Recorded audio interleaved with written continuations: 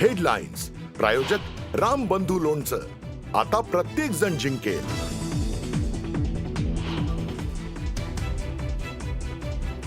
मत चोरीच्या मुद्द्यावरून राहुल गांधींचा निवडणूक आयोगावर गंभीर आरोप. मुख्य निवडणूक आयुक्त मत चोरांना पाठीशी घालत असल्याचा आरोप.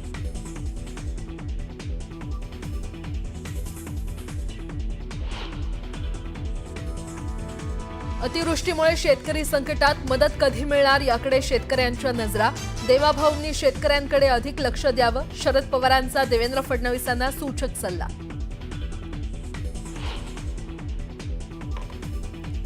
ठाकरे बंधू एकत्र येऊन मुंबईत ताकद वाढली तर आम्हाला आनंद. पालिका निवडणुकीच्या तोंडावर ठाकरे बंधू एकत्र येण्याच्या चर्चांवर पवारांचं मोठं विधान.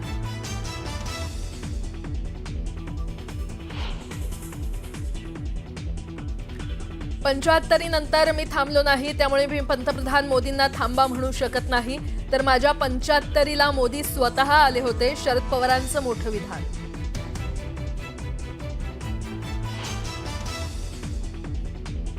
मीनाताई ठाकरेंच्या पुतळ्यावर रंग फेकल्याप्रकरणी आरोपी उपेंद्र पावसकर अटकेत. आरोपी ठाकरेंच्या कार्यकर्त्याचा चुलत भाऊ असल्याची सूत्रांची माहिती.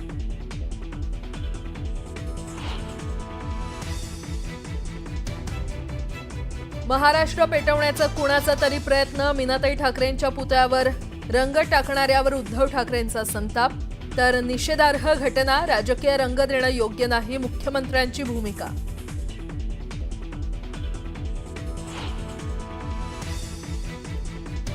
बिहार निवडणुकीपूर्वी निवडणूक आयोगानं ईव्हीएम बॅलेट पेपरमध्ये केला मोठा बदल. आता ईव्हीएमवर असणार उमेदवाराचं रंगीत चित्र.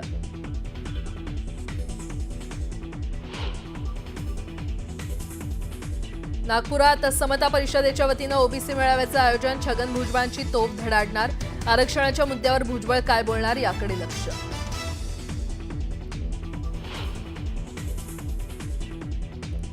ज्या भागात जास्त पाऊस झालाय तिथे 100% ओला दुष्काळ जाहीर होणार.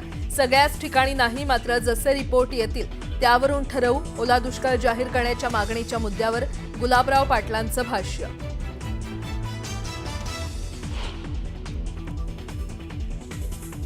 मुंबईतील सर्व वॉर्डमध्ये आपली तयारी ठेवा. मनसे संदर्भात चर्चा सुरू आहे, निर्णय घेऊ. लोकांच्या संपर्कात राहा. दुपार मतदानावर लक्ष द्या, उद्धव ठाकरेंचा आदेश.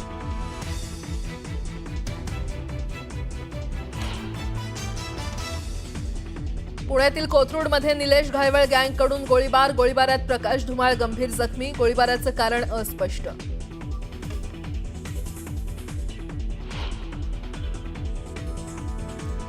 बुलढाणा जिल्ह्यातील मलकापूर इथे मुंबई नागपूर राष्ट्रीय महामार्गावर भीषण अपघात. अपघातात 4 जणांचा मृत्यू तर 5 जण गंभीर जखमी.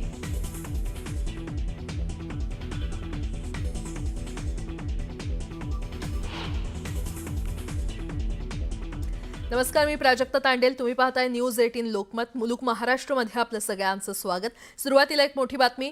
मत चोरीच्या मुद्द्यावर राहुल गांधींनी पत्रकार परिषद घेत निवडणूक आयोगावर गंभीर आरोप केलाय. मत चोरीचे आरोप आणि पुरावे पत्रकार परिषदेत राहुल गांधींनी सादर केले. निवडणूक आयोग जाणून बुजून काँग्रेसच्या मतांना लक्ष करत असून अल्पसंख्याक, दलित, मागासवर्गीयांची नावं वगळत असल्याचा आरोप केलाय. यावेळी राहुल गांधी यांनी मतदार यादीतून ज्या मतदारांची नावं वगळण्यात आली आहेत त्यांनाही स्टेजवर आणलं. निवडणूक आयोगाच्या संगनमतानं बिहार, हरियाणा, कर्नाटक आणि महाराष्ट्रात भाजपनं मतदार यादीत हेराफेरी केल्याचा आरोप राहुल गांधी यांनी केलाय. यावेळी राहुल गांधींनी कर्नाटकच्या आलंद मतदारसंघात कुणीतरी तिथल्या 6018 मतदारांची नावं यादीतून वगळण्याचा प्रयत्न केल्याचा आरोप केला. 2023 मध्ये तिथे किती मतं रद्द करण्यात आली हे आपल्याला माहीत नाही. ही मतं वगळताना कुणीतरी रंगेहात सापडलं. एका वेगळ्याच प्रक्रियेतून नावं वगळण्यात आल्याचा दावा राहुल गांधींनी केलाय.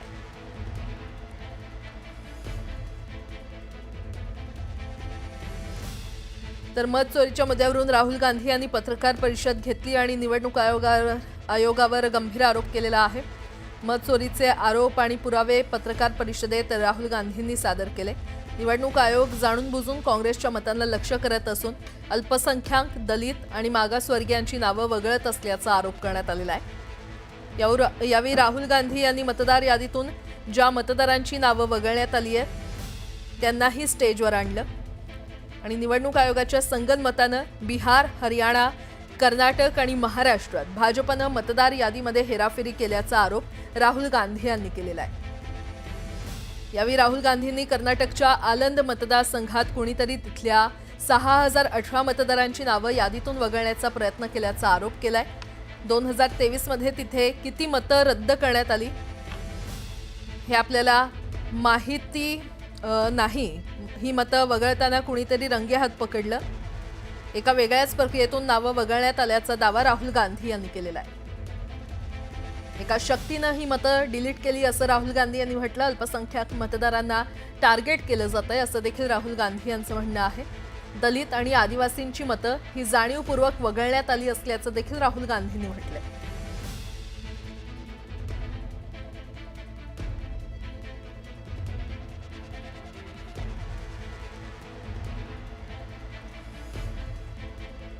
तर मत चोरीच्या मुद्द्यावरून राहुल गांधी यांनी पत्रकार परिषद घेत निवडणूक आयोगावर गंभीर आरोप केलेले आहेत। मत चोरीचे आरोप आणि पुरावे पत्रकार परिषदेत राहुल गांधींनी सादर केले। निवडणूक आयोग जाणून बुजून काँग्रेसच्या मतांना लक्ष्य करत असून अल्पसंख्याक, दलित आणि मागासवर्गीयांची नावं वगळत असल्याचा आरोप केलाय। यावेळी राहुल गांधी यांनी मतदार यादीतून ज्या मतदारांची नावं वगळण्यात आली आहेत त्यांनाही स्टेजवर आणलं आणि निवडणूक आयोगाच्या संगनमतानं बिहार, हरियाणा, कर्नाटक आणि महाराष्ट्रात भाजपनं मतदार यादीत हेराफेरी केल्याचा आरोप राहुल गांधी यांनी केलाय। यावेळी राहुल गांधींनी कर्नाटकच्या आलंद मतदारसंघात कुणीतरी तिथल्या 6018 मतदारांची नावं यादीतून वगळण्याचा प्रयत्न केल्याचा आरोप केलाय आणि यावरच अधिक बोलण्यासाठी भाजपचे प्रवीण दरेकर आपल्यासोबत जोडले गेलेले आहेत। प्रवीणजी, आपण ऐकलंच असेल, मत चोरीच्या मुद्द्यावरून राहुल गांधी यांनी पुन्हा निवडणूक आयोगावर गंभीर आरोप केलेले आहेत। आपली प्रतिक्रिया? खरं म्हणजे एवढ्या मोठ्या पक्षाचा नेता, विरोधी पक्ष नेता, परंतु अशा प्रकारचे बालिश आरोप करणं हे अत्यंत दुर्दैवी आहे। बरं, ते आरोप करतायत, त्यातली कुठल्याच आरोपाची सिद्धता केली नाही। यापूर्वी निवडणूक आयोगाने सांगितलं माहिती द्या, काही केलं नाही। त्यामुळे मला वाटतं त्यांचा हायड्रोजन बॉम्ब हा त्या हवेतच त्या ठिकाणी विरळलेला आहे आणि आता मला वाटतं राहुल गांधींच्या सगळ्या कृत्याचं।